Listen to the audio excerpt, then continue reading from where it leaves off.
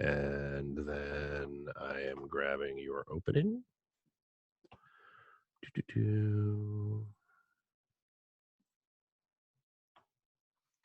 Oops, do I have to click on continue here? I guess I do, don't I? Yeah, hold on one second.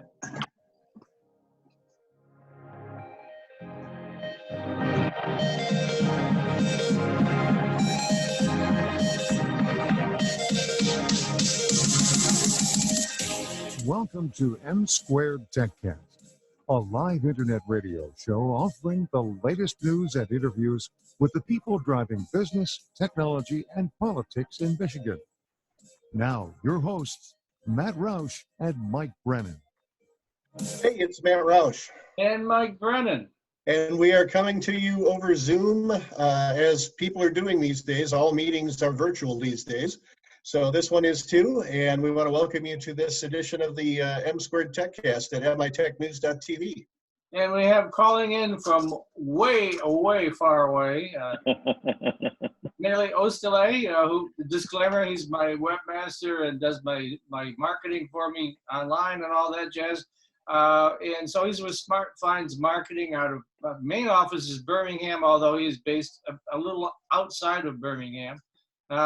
And so what we're going to be talking about today with Neely is, well, it's kind of what's going on with business in the sense of everyone. I know I had a lot of contracts that were supposed to start in April and everyone suspended them because they're all kind of, should we advertise, should we not? What's your thinking on that, Neely? You know, I think we're in a very interesting situation. And it's honestly not that much different from our 2009, 2010 economic crisis, not to mention that we all experienced that firsthand in the Motor City. I think the answer to the question is don't pull back. Your competitors are pulling back. That's great. That's an opportunity for you. You need to push forward and continue to spend your marketing dollars, including your advertising dollars. Keep your brand in front of people. Now, here's what we run into in this particular scenario. We run into the problem that my fellow baby boomers, I love to bash my fellow baby boomers because it's so bad at this. They tend to want to attribute every dime to some sale. And during an economic crisis like this, that is not an option.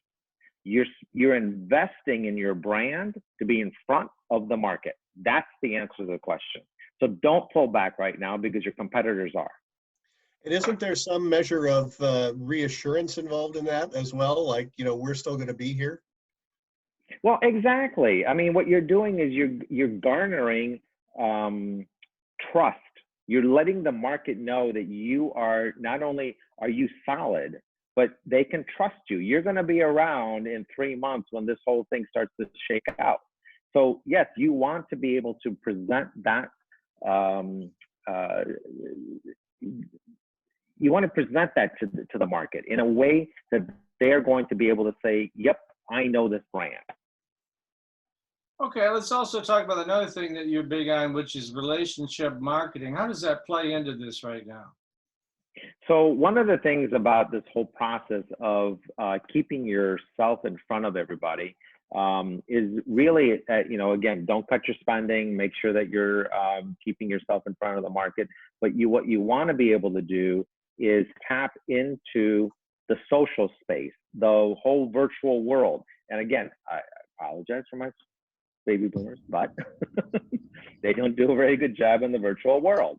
And what should be social selling, and that's been a term that's been on the market for a number of years.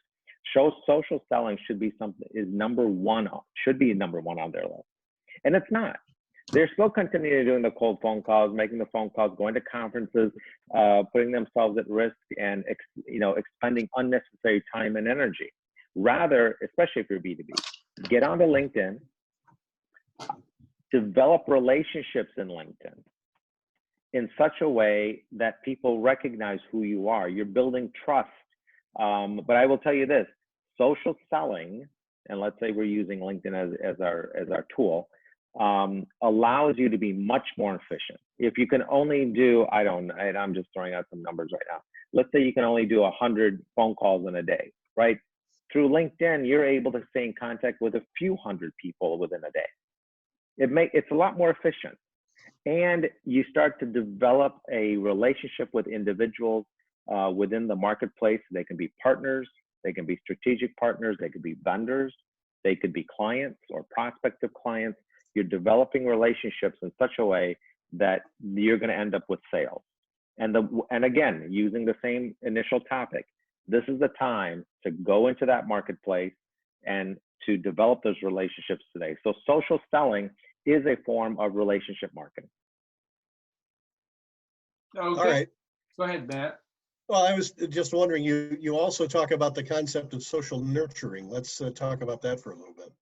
All right. So in order to be able to do social selling, in order to develop these, to do relationship marketing, building these relationships inside of the social communities, one of the things you're going to need to do is you need to tap into, so let's say, and I'm just throwing that as an example, let's say that you share something from your company blog. You share it, and again, when you look at social media marketing, it falls into two categories. It's either passive or it's active. So passive social media marketing is what most people do. And when I say most people, I'm saying most companies. So what they're doing is they're using tools like Hootsuite, and they're automating their social media marketing. That only goes so far. The next step really is, let's say that you shared a blog post from your company. You're going to want to make sure you have the right hashtags in there to get the right attention. You're going to want to tag other people, and basically, and I use this loosely, you're basically forcing them to come to that post that you shared and ask them to make a comment. If they comment, they're more likely to like what you posted. The more likes and comments you get, the more attention you get in these social communities. It doesn't really make a difference which one. And that in turn expands your viral marketing, it expands your brand, and gets the message out. So this process is very important when it comes to not holding back right now, getting involved in terms of social selling and relationship marketing. And as part of your arsenal of things to do, you want to nurture what you're doing in social communities. Is there? There's some of the. Oh, go ahead, Matt. Go ahead, Mike. No, go ahead, Mike. I actually am looking at a sheet that you sent me that you talked about some Google accounts and things like that. What's going on with those? Can you explain what's happening with those? Yes, absolutely. So this is a good time when our first topic was, hey, don't hold back right now, right? Spend your advertising and marketing dollars. You may not see an ROI the way you want it to right now, but eventually there is. A lot of the companies, large corporations, are in fact helping small businesses right now in particular. So Google just announced a $340 million Google Ads credit that they're giving to small businesses. There is one caveat that they don't have in their blog post about this, though. You need to have been active in your Google Ads account since the beginning of 2019. So they're not just giving it for free or saying, hey, everybody who's got an active Google account. Rather, they're saying it has to have been active since the beginning of 2019. Then we will give you this credit. If you do fall into that category, then the credit that they will give you, which they will add to your account, Google Ads account. If I understood the news correctly, sometime in the next month or 2 months, you have until the end of the year to use that credit. How much is the credit? Again, that seems to be a big unknown as well. But considering that Google has opened this up worldwide, I'm going to say, what we usually have seen from Google in the past is you get $50 or $100 credit, which could be beneficial, especially if you run a $10 a day ad that can last you for a good month or more. So not a bad situation, but Google is one of these. Facebook has a similar type of program that you might want to take a closer look at. Amazon is on board with helping small businesses. GoFundMe started a program in terms of being able to help businesses out as well. To be perfectly honest with you, the list goes on. There's quite a number of large corporations with cash on hand trying to figure out how to help small businesses survive this current pandemic. I think it's a good thing on their part because it's been in the news that Google's advertising spend has been dropping. So what they're trying to do is keep everybody in the market and to continue to spend, number one. But even, like I said, even if these companies didn't do this, I'm still of the philosophy that you need to stay in the market. You need to figure out how to continue your marketing activities, run your ads, and get involved in social media marketing, especially in the B2B world. Get into LinkedIn and continue your efforts. So how do you think companies could best use their budget, including these little freebies here and there during this crisis? What's the best way to use it? So there's a few different ways to think about this. The budgets are not that big, but let's start with the advertising, which I think most people understand the easiest way. So what you could do is run, let's say, a $10 a day ad spend. That's not bad, especially if you use the geographic tools and the other tools to hone in on targeting your audience. So instead of trying to going after 100,000 people, consider going after 100 people. That might be better. I understand the 100 example is extreme, but narrow your advertising to an area that makes sense, whether it's geography, which is most likely. The next item might be industry. The next item might be, for example, if you're targeting individuals, what level within a corporation they are. Do you want to only target C-levels or managers or directors, that type of thing? Narrow your focus. And this way you can take advantage of this $100 or $50 or whatever number of dollars that you're able to get from these other corporations, plus your own ad spend. You can draw it out so that because I'm pretty confident we're going to need to make it last for the next 90 days to get over this hump. Let's see what happens by the time we get to August and September. So think of this from April, May, June, possibly July. Plan your budgets out accordingly. Best suggestion I have to this question is narrow your targeting. Okay. And so this is now shameless plug time. So you get to talk about how people can reach out to you to get your assistance on how to spend their money during this pandemic times. No doubt. So first of all, my first name is Maley. My last name is Ostale. I am the CEO of Smart Finds Marketing. We're located in Birmingham, Michigan. We've been in business for over 25 years. Our entire focus is digital marketing. We're a digital marketing agency. We manage a client's entire web presence, whether it's their domain names, their websites, their marketing, their advertising, their local ecosystem, their newsletters, their CRMs, etc. Essentially, after this many years, we have a lot of experience. We have a lot of knowledge that we use to develop these strategic tools. And I would suggest to get more information, come to our website, smartfindsmarketing.com. Okay. All right. Thanks very much, Maley Ostale, smartfindsmarketing.com. Thanks for being with us today. We'll be back in just a minute with another segment of the M2Techcast. For right now, it's Matt Roush. And Mike Brennan. And you're watching at mitechnews.tv and a whole bunch of other places. Other places, all over the place. Lawrence Technological University graduates earn a degree and a higher starting salary. In fact, thanks, Maley. Hey, guys. The Brookings Institution ranks Thank you very much. We'll talk to you guys later. University. All right. Be enriched. Be more. Thanks. At LTU, possible is everything. Salaries of And Lawrence if you can hear me, you need to activate your camera. University in America. Plan a campus visit to meet with counselors, faculty, and There you coaches. go. That's it. I wait. Okay, what? Find out more at ltu.edu. As a Lawrence Technological University graduate, you're not only marketable, you're worth more. Yes, more. According to payscale.com, when it comes to graduate salaries, LTU is in America's top 100. Be invaluable. Be more. At LTU, possible is everything. Salaries of Lawrence Tech grads are among the highest of any We'll be coming out of commercial shortly. campus visit to meet with counselors, faculty, and coaches. Why wait? Find out more at ltu.edu. Hey, it's Matt Roush. Mike Brennan. And you're watching our first virtual episode of the M2Techcast. We're using today's sort of video conferencing technology so we can all shelter in place like we're supposed to.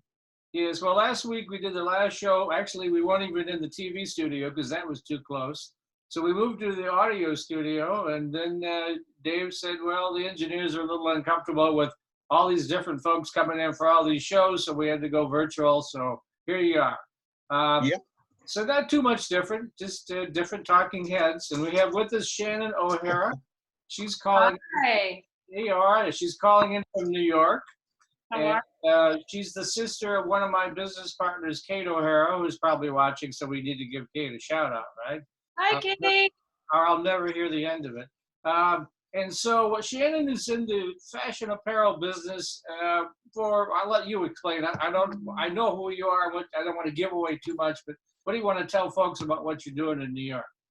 Well, I mean, my normal job is that I am personally a tailor. I've been a tailor for 25 years, and I'm a highly specialized tailor. I normally work with fashion designers and stylists to dress celebrities and do high-end advertising.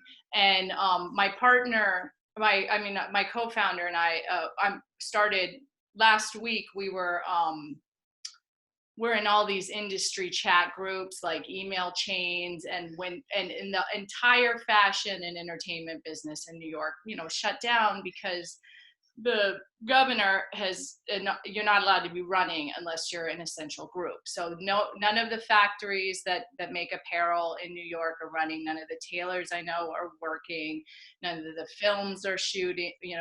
Everybody is at home, and we started seeing everybody on our email chat lines and so forth, just saying like, I have a home studio. I have a studio. I could be making masks. Let's all and we watched everybody trying to figure out how they could make 50, 100 masks in their home. And we just realized we have a giant pool of labor and every single stitcher, tailor, person I know has a full studio with professional industrial machinery in their home, and they could be making all these PPEs.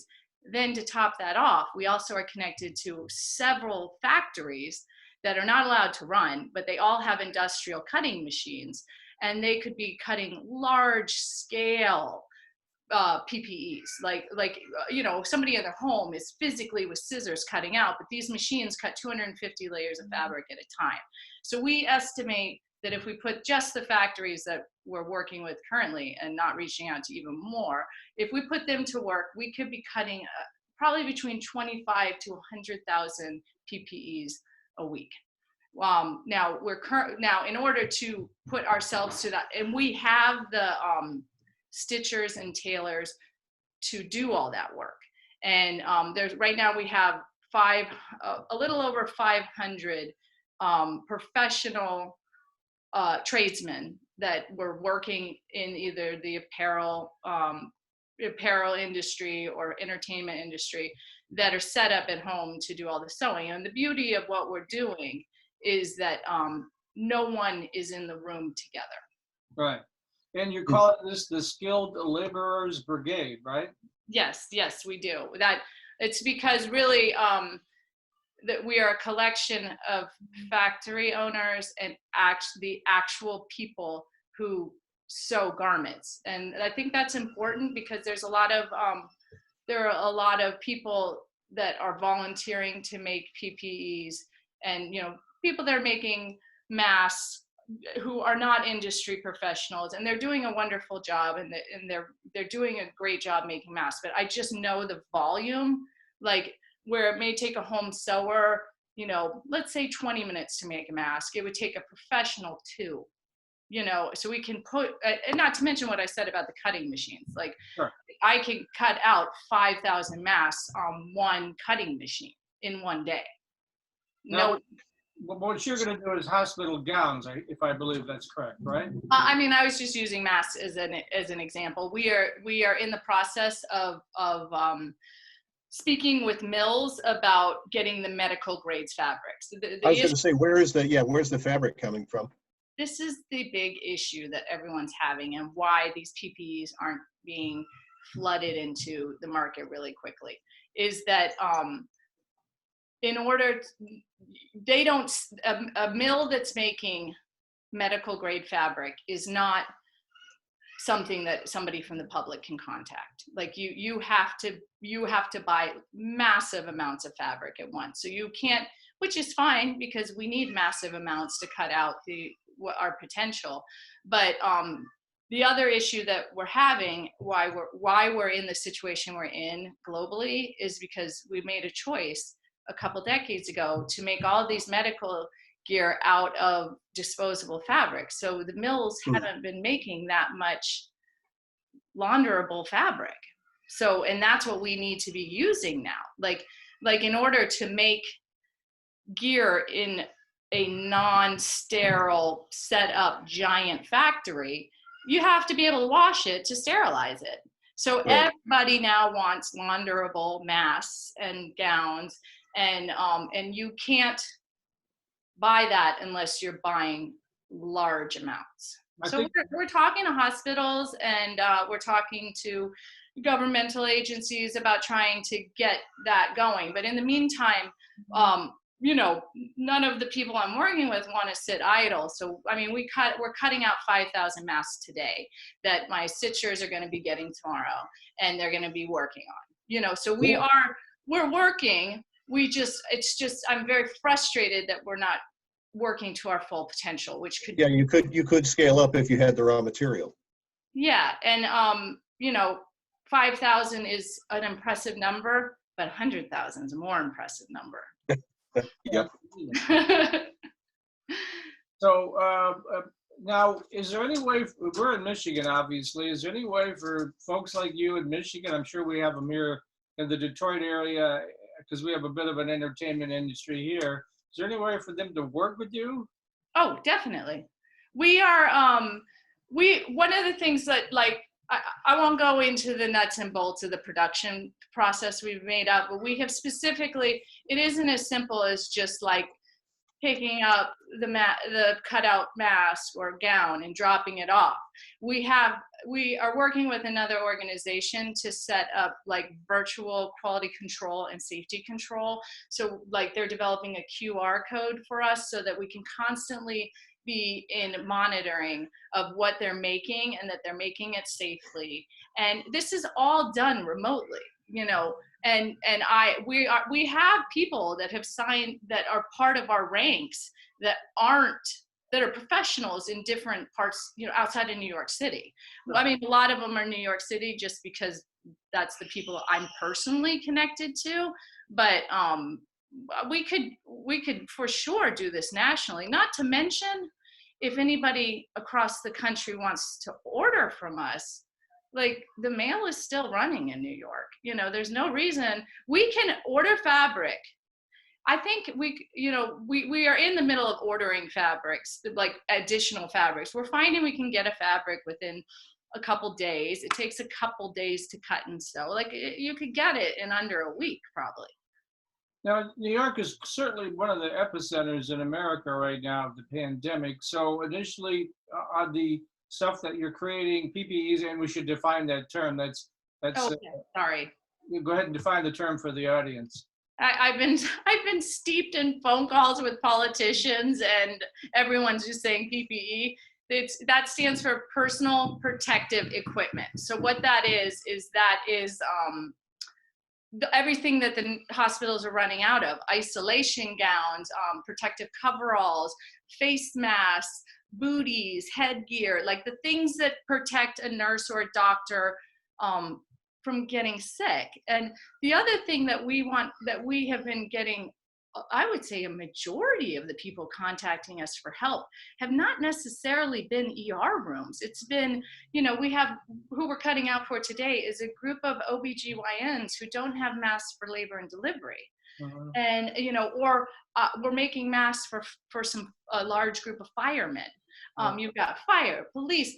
What about the people that are in prisons? What about the large grocery store chains? You know, like there are, honestly, the research I've been reading, they're showing that South Korea it has a much slower infection rate, and that government requires every single person to be wearing a mask when they go out in public. So, I mean, we potentially could be making for just your next door neighbor.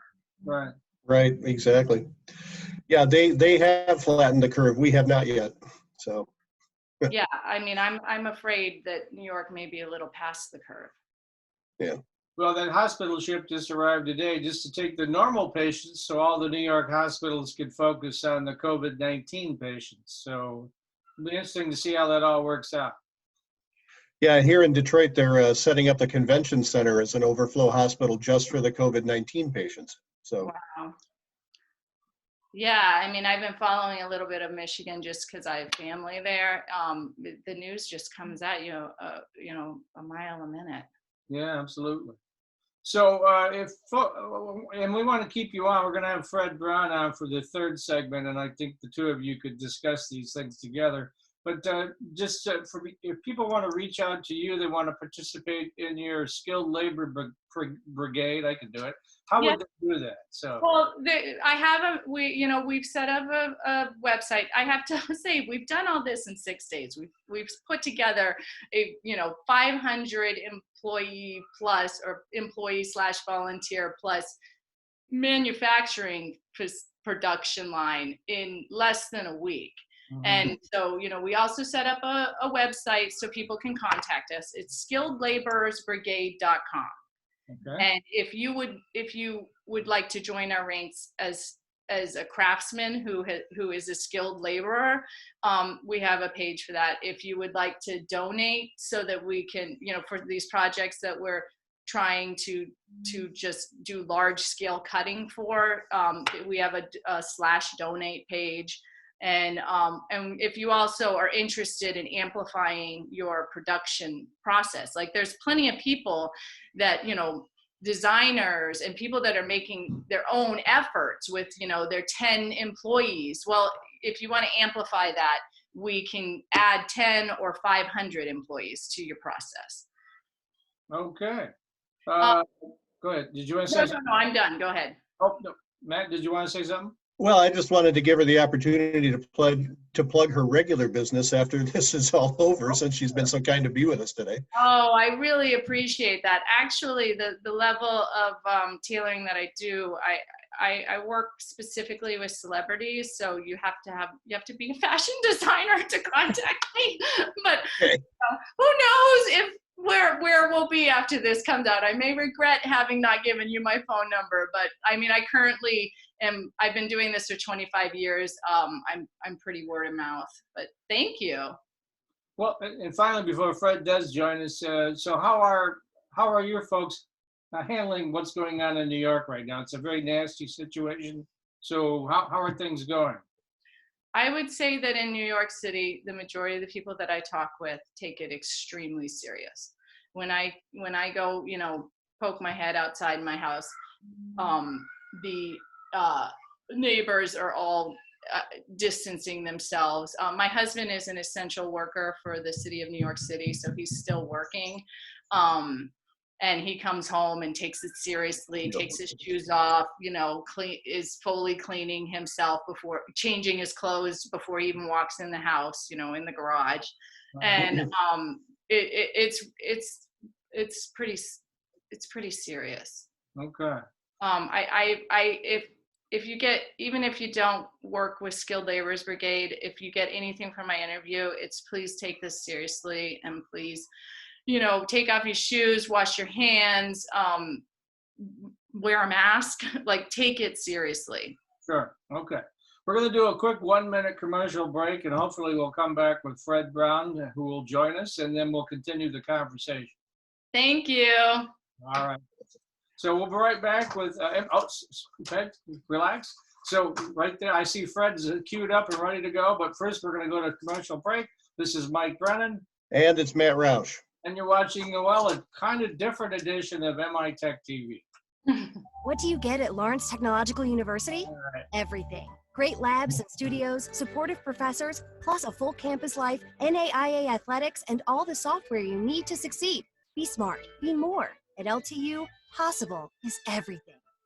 Salaries of Lawrence Tech grads are among the highest of any university in America. Plan a campus visit to meet with counselors, faculty, and coaches. We're on commercials. Find out more at ltu.edu.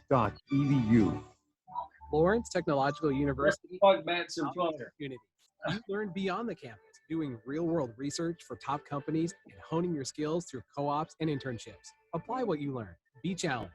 Be more. At LTU, possible is everything. Salaries of Lawrence Tech grads are among the highest of any university in America. Plan a campus visit to meet with counselors, faculty, and coaches. Why wait? Find out more at ltu.edu. Hey, it's Matt Roush. And Mike Brennan. And we're back with a virtual episode of the M2Techcast. We are, like most people these days, talking about the coronavirus pandemic, and we have a genuine expert with us now, Fred Brown. Fred, why don't you tell people, first of all, sort of establish your authoritativeness here. Tell us a little bit about your background in the healthcare industry to start with. Oh, Fred, you got to turn your audio on. You got to turn your audio on, Fred. There we go. Actually, I'm not hearing him. It says connecting to audio, so he'll be with us in a second. Okay. And he's still not. Fred, we still can't hear you.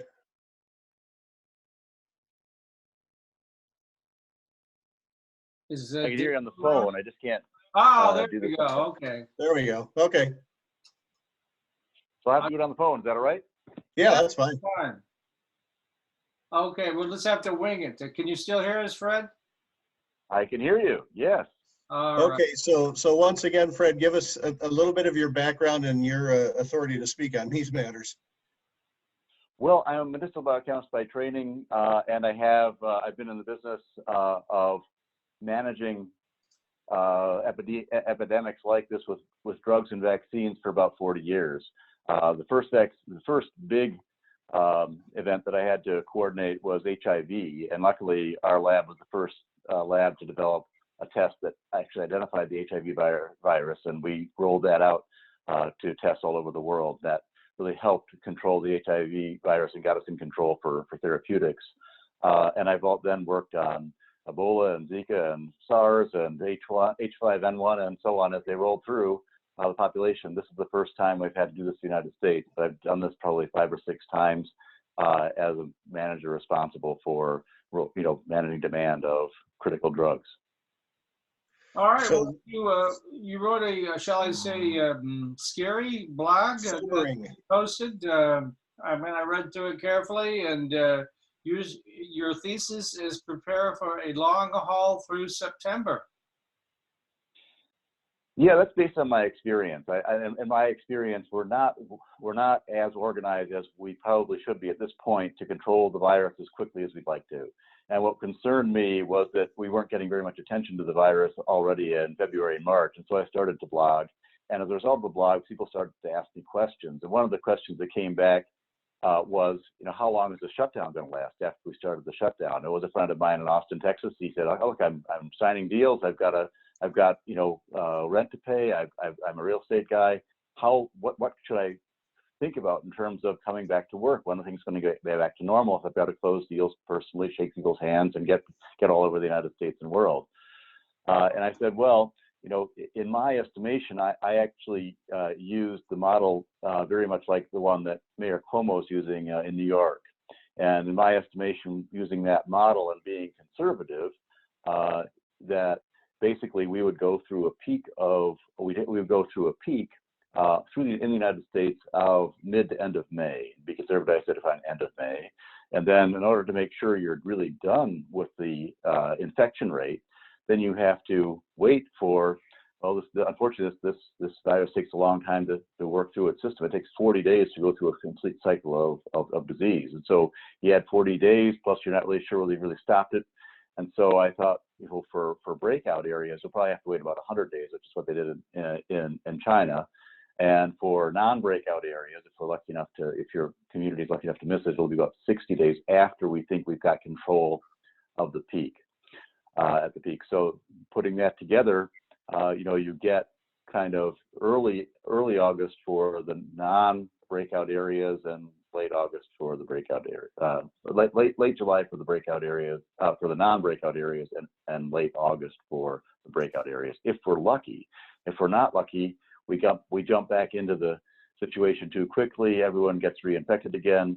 It takes a while for the virus to ramp that back up. We won't detect that because we don't have enough testing in our system yet in order to detect when the virus is simply moving back and forth. And around Thanksgiving, we'll have another huge breakout, which would be very unfortunate.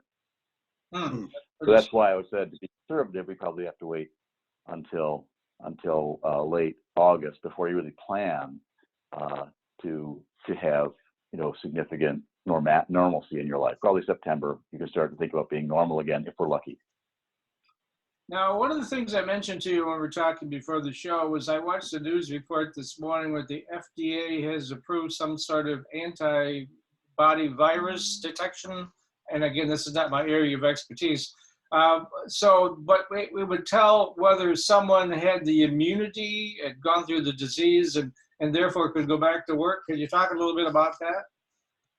Yeah, you just watched me touch my face twice during that discussion. That's what you shouldn't be doing, just to let you know.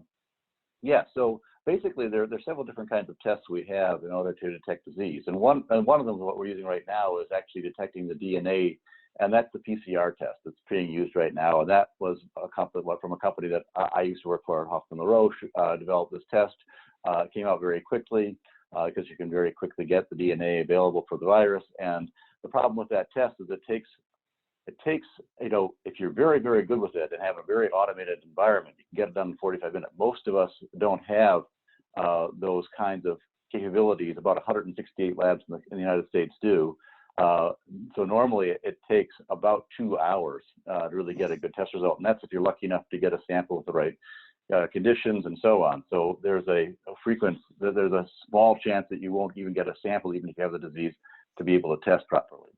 So the ELISA test, these are the antibody tests, these antibody tests actually detect antibodies. Usually these antibodies are developed about 5 days after you acquire the disease. So after 5 days, your body says, hey, there's something foreign in my body, and they develop antibodies to start to reroute the disease and start to attack the disease.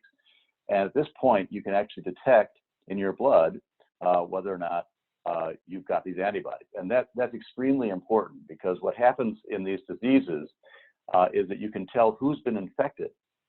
Because we don't know right now, we don't have enough data to know right now whether or not you've been infected or not. We don't know what they call asymptomatic levels of the disease are. And that's very important to know, because about 81% of us right now, according to what we know, won't really have much symptom or will have a minor condition. Within that 81%, we're not sure what percentage, it's between probably 30 and 50% of those people actually don't have any disease at all. They'll have a little cold or sniffle, and they won't realize that they have the disease at all. And knowing that who has antibodies is important, because as you start to roll out, there's an immunity conferred that occurs because you've got these antibodies. And so one of the big therapeutic areas that has the biggest chance of working fastest is if we can find those people who have the antibodies, pull the antibodies in their blood out into and spin that blood down and give it to people who are really sick, so they've got a better immune system available. So not only are these antibody detection systems important to understand who has the disease, who doesn't have the disease, that's a diagnosis. Also, it's important to understand monitoring who has had the condition and who has not had the condition. And then from there, you can actually start to do some defensive work therapeutically. And that's probably about 3 months away. Just to give you a sense, when I was doing this for Roche, I was responsible, my team was responsible for Tamiflu distribution as well as test distribution. We could tell by the time, you've never heard of H5N1, but that almost broke out. And luckily we had Tamiflu, which stopped the flu's length and the severity of symptom, and we had diagnostics tests. So by the time at the end of the epidemic that was breaking out in Europe, we could tell virtually, we only had about a third of the drugs we needed at the time for capacity reasons. We could tell exactly who needed to get the drug to stop the disease, create the herd immunity, and prevent it from spreading. And we were about just a few days away from it really breaking out into the world. So it's that close. And to give you a sense of the level of testing you'll need, I did the numbers, and it's about, we talk about how many tests we've done so far, about 845,000 tests. That's starting in January to today. we'd have to do that every 3 days for the rest of the year. Oh. I'm sorry, for another year to get to the level of testing that we were at to control the H5N1 outbreak. That gives you a sense of how far behind we are testing. Why is it taking so long to ramp up mass production of the tests?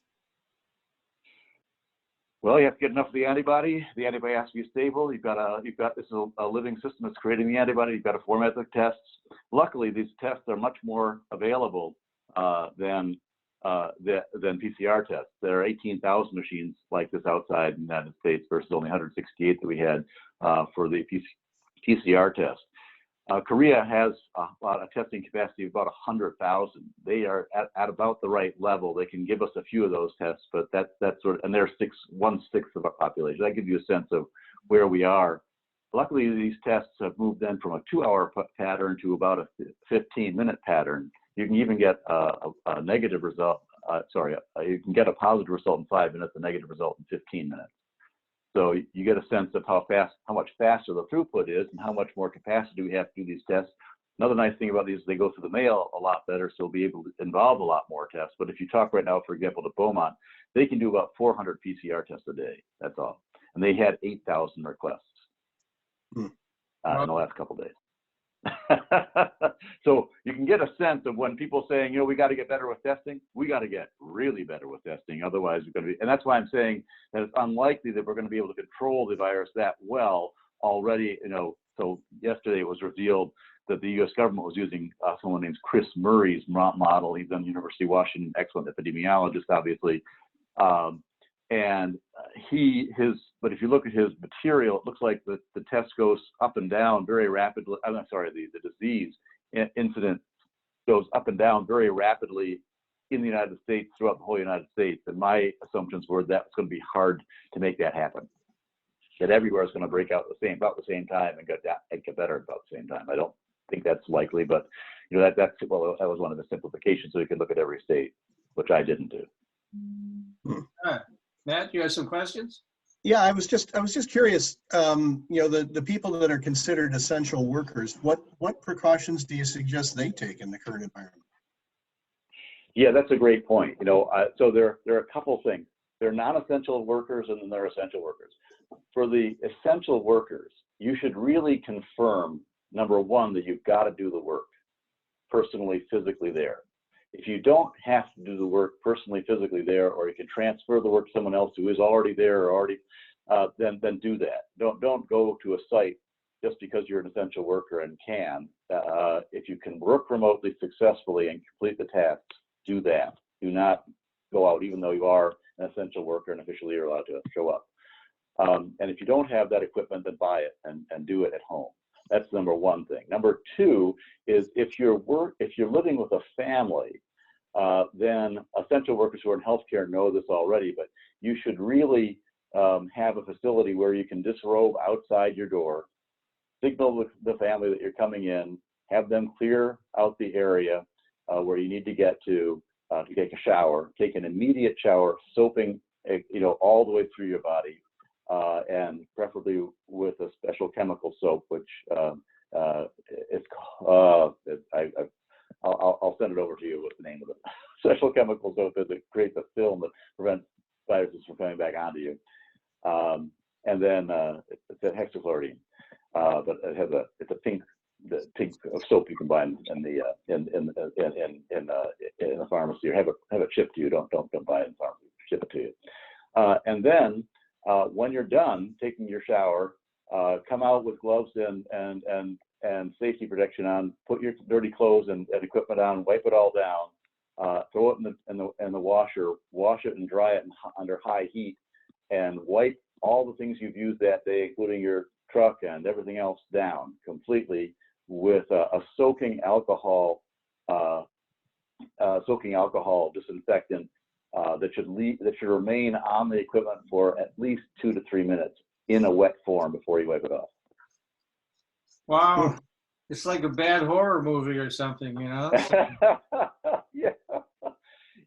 And if you're not an essential worker, and especially if you've got any prior condition, if you're young or old, your chances of a fatal incident with this COVID-19 doubles if you smoke. It doubles if you have heart condition. It doubles if you have diabetes. The numbers are actually, somewhat worse than that for heart condition, actually. So you've got to be, I mean, you're moving from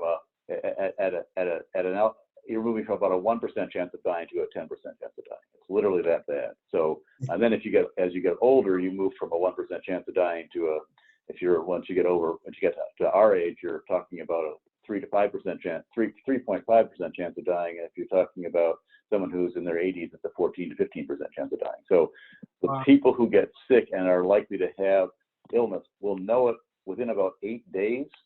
They'll be on ventilators. And if you go on a ventilator, you have about a 50% chance of living, depending on the hospital you go to. It could be as good as 30%, but usually it's 50-50. So that's the sort of risk you're taking right now. If you are elderly with an underlying condition, do not go out. Do not go near anyone in the family who does go out, because if you're with a family, the chance of getting the disease equals the weakest link in your family. That means, even if you're completely perfect, sanitizing regularly, wiping down surfaces every day at least, and more often than not every time you touch them, even if you're preparing food right, if your family member goes out and gets the disease, that's your level of risk you're facing. Wow. So don't gather the family for Easter, clearly, right? No, that was one of the things I was most worried about. My friend in Austin said, well, I just, invited everyone over for Easter. We're going to have a big celebration, get all my contracts signed and everything's going to be great. And that's when I started to do the math. Huh. All right, so there's been talk of various treatments. There's that malaria treatment that seems to be floating around the internet as a possibility. Most people are saying vaccines are still at least a year away, if not more. What's your take on that? Yeah, so it's going to be difficult to control this disease until we do have either a treatment or a vaccine. So we'll have to have significant social distancing measures in place, even if we have control of the disease, and even if it becomes sort of a rolling condition through the world, until we have a vaccine or an effective treatment. The most likely effective treatment in the short term is what they call a serum treatment. You combine sera of people who've already had this disease, spin it down, and inject it into people who are at high risk. That confers an immunity on them, similar to the kind of immunity you'd have if you got the disease and survived it. Then you'd have antibodies in your system that would help you do that. That was the calculation that was made by President Trump when he decided to hold off on lifting the shut-in operations past Easter. Was that they calculated that if they did this and let the virus simply run, let everyone get herd immunity, it would probably kill about 2.2 million Americans. My numbers were a little bit higher than that because I was being more conservative, but it's in that range. It's in the kind of 1 to 4 million range. So that's why he correctly said, we had an aspiration, we wanted to hit Easter, but I can't do it. And that was the number that he looked at to say, it doesn't make sense yet. And he'll continue to look at those numbers, I'm sure, as time goes on. So that's a good sign. And then, so where was I? I'm sorry. What was that? We were talking about treatments. I wanted to ask you about. I've heard that there's a. So I'm sorry. So the treatment, that sera treatment, is going to be the most effective one in about the next 3 to 4 months. We'll be able to identify people who have the disease with the ELISA assays, and they'll be able to treat people with a mixture of sera, hopefully in about 3 to 5 months. How about? I've also heard that there's a blood pressure drug that's being. I've heard that there's a blood pressure drug that's a possibility as well as sort of some kind of palliative. Well, yeah.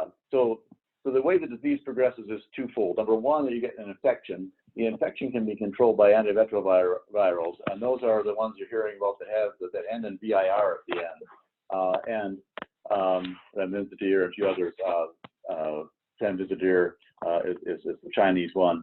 And these have a lot of side effects, but they can be quite effective. And basically what they do is they stop the virus from reproducing. That's phase one of the viral infection. The next stage of the viral infection is it starts to cause a lot of inflammation.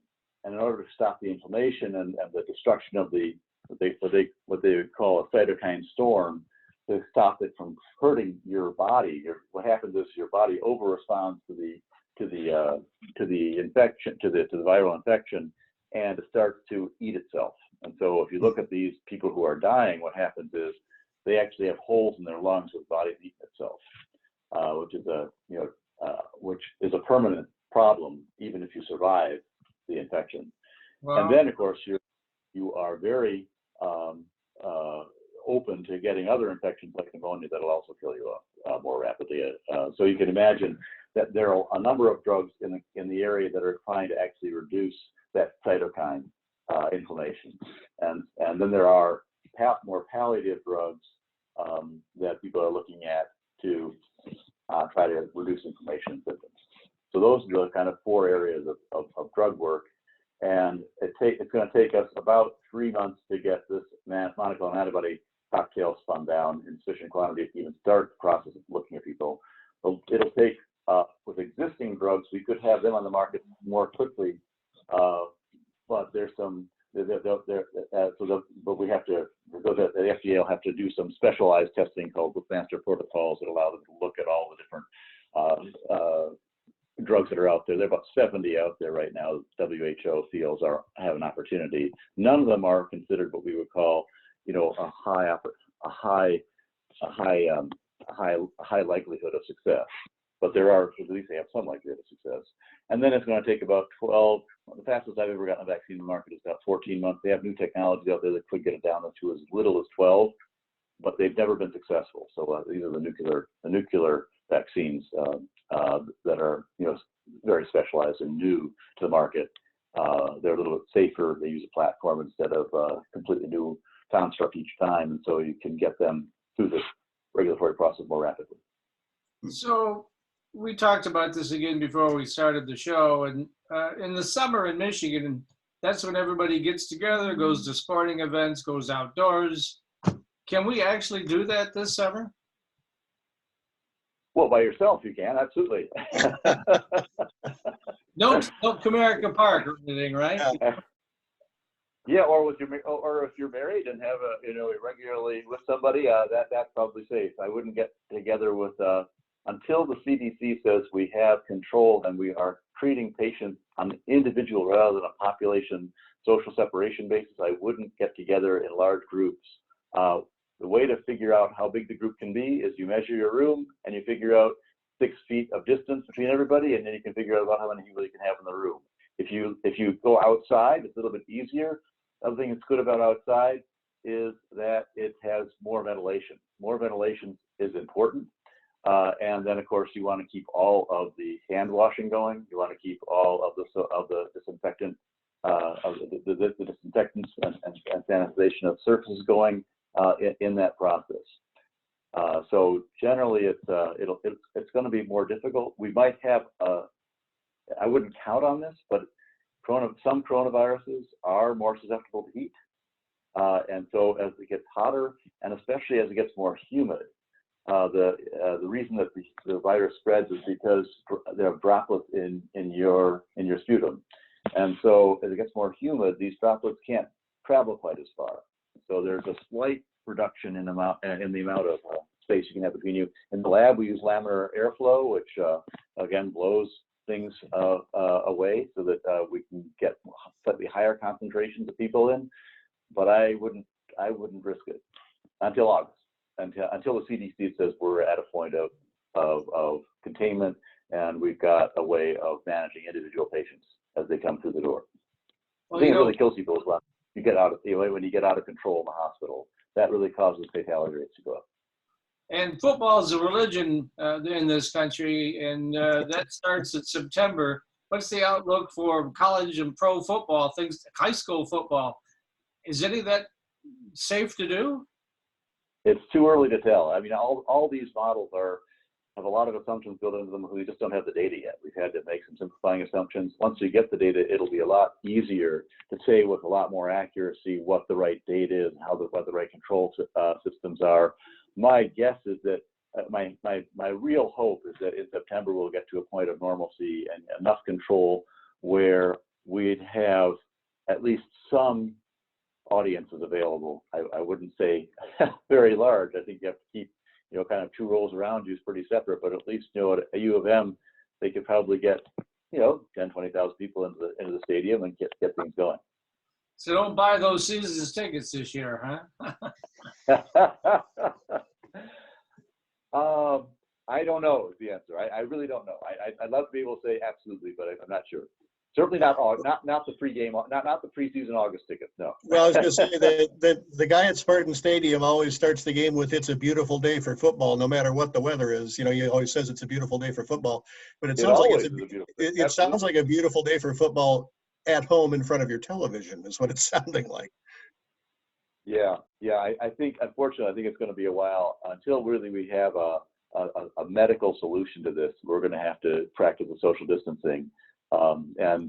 It's just a matter of once we know the mortality rates, the length of the duration of the disease better, and the transmission rates really accurately, and then have an effective diagnostic that can test. So in Michigan football, the way to do that would be you'd have a thermal test or you'd have a monoclonal antibody test of everyone who went into the building, and if anyone tested positive, you wouldn't allow them in unless they had a certificate that said, "I'm cured of the disease." If they have herd immunity or they don't have the disease, you let them into the stadium. If they do, you turn them away before they got into the stadium. So when you do that, then it's possible to have football games with audience.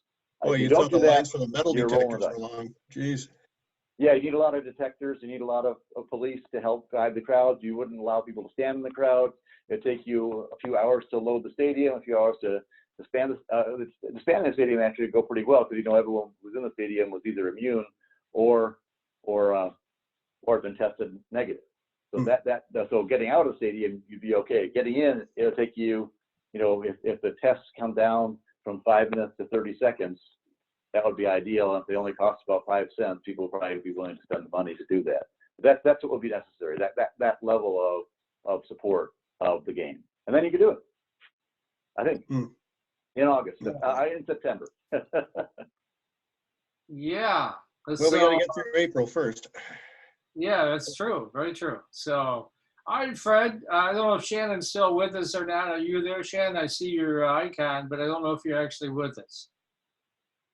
Oh, I wanted to give Shannon an idea. I wasn't able to listen in, unfortunately. All right, go ahead, Shannon. We can hear you. Go ahead, talk. Great. I'd love to hear your idea. Thank you so much. That was one of the most informative segments I've heard yet. I wish you were on every news channel there is. Thank you I speak for my sisters and I that we hope that we hope that our parents and whole family are listening to this. Sorry, this is what happens when you're working from home now. Sorry. Thank you. So now, is there a website? I don't know if you're aware of it, Shannon. I wrote it down for you. Hang on, she muted her microphone there. So, okay. Sorry, my daughter woke up from her nap and is in full force right now. So just check out GetUSPPE. Hang on, she's dealing with .org. I'm sorry, it's not .com. It's .org. Hold it up a little higher, Fred. We can't see it. There you go. Can you see it now? Yep. So it's not .com. It's .org. My mistake. Okay, getusppe.org. Oh, okay. Yeah.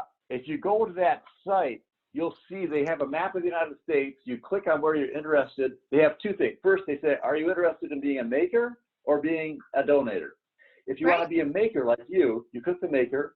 They tell you what the process is to become a good maker. And there's some really important things in there, like, wear gear so that you don't pollute what you're making, get the specs of the items pretty exactly so that we're not surprised so you're making gowns.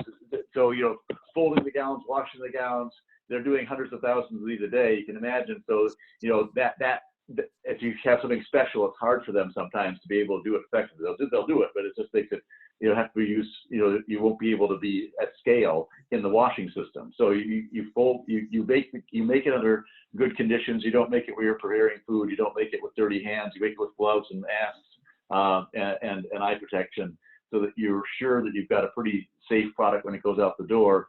And so they go through all that for you. And then if you click on the button, it'll say exactly what hospitals need what stuff.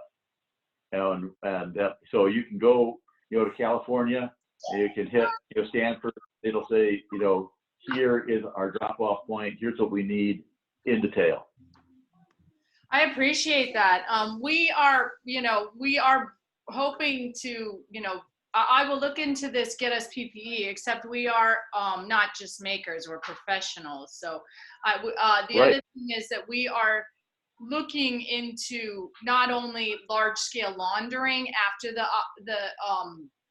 that's where, we are in the currently large scale laundering anything we make to sanitize it, but we're also starting to work with different laboratories to use their instrument cleaning and disinfecting machines as well. I'm currently, my mind can't recall what the name of those machines are, but the ones that. Oh yeah. Yeah. So sanitation is the most important thing to us. I mean, thank you for reminding me about that.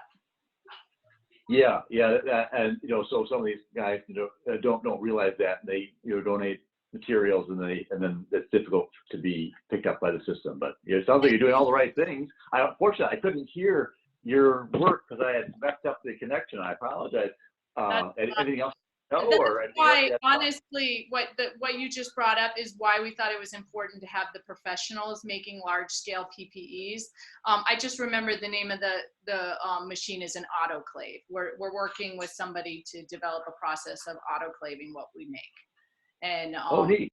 Yeah, where with gowns and stuff, you can just launder those at high heat for sanitation. But to take that stress off of the hospitals, we're looking into autoclave. Yeah, the autoclaves are expensive and they're pretty complicated. I don't know if you're if you already have a facility to do that, that would be great.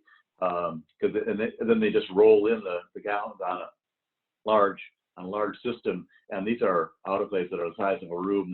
They'll spray them with steam, and they'll come out and they'll be nicely sanitized. They do have to be clean though before you enter the autoclave, because the autoclave actually disinfects all the item completely, but if you have like a little speck of dirt and you break off the dirt within that area, it's still going to be contaminated. They have to make sure it's clean to begin with.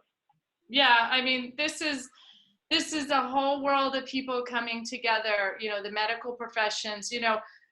I normally make gowns for people like Beyonce, and now I'm learning all about hospital gowns and how to, I've never had to sanitize before. Of course, fortunately, the people within my organization do have some experience with that, and we're partnering with organizations that are specifically industrial designers and medical professionals. But this is a time where every American is trying to heed the call. Okay. Yeah, no, it's important. People are running really short, and the biggest area is ventilators. That's really what's going to hurt people most. And then the next big area is masks. But after that, you're talking about gowns.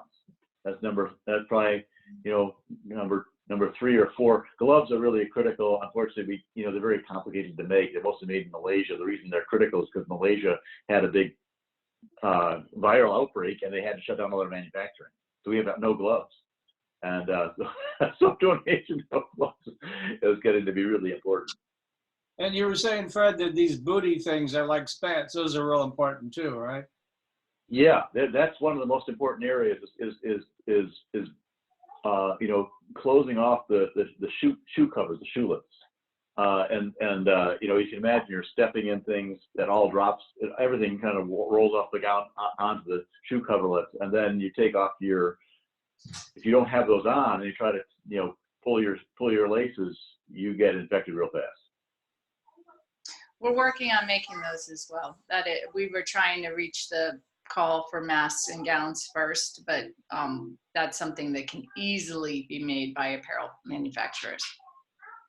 That's great. Yeah, if you go onto the site, you'll see where most of the requests are, and gowns are almost always number 3, 4. You know, wipes and disinfectants are different category. Those are also very high.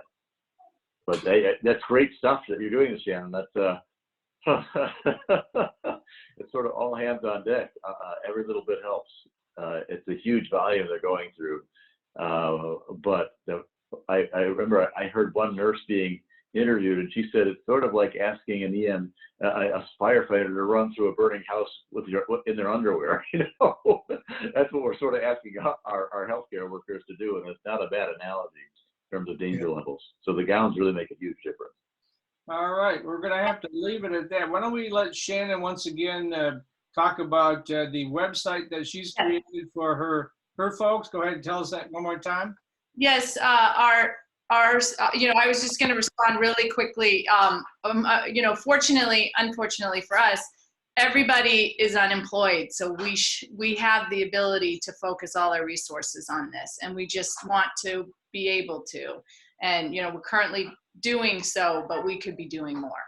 So if you want to contact us, we're at skilledlaborers.com. skilledlaborers.com. Okay, Fred, and if people want to reach out to you, how do they do that? Well, actually through you assign that. I also have a LinkedIn site, and if people have an urgent question, I'm fred.brown.ch@gmail.com. I'll get back to you. All right, thanks very much, Fred. Shannon, all our guests today. We're going to have to leave it there we'll be back at 2 o'clock Eastern time next week, probably again in this format, actually certainly again in this format. Until then, this is Matt Roush. And Mike Brennan. And you've been watching the M2Techcast on mitechnews.tv. Thank you. Okay, are we out?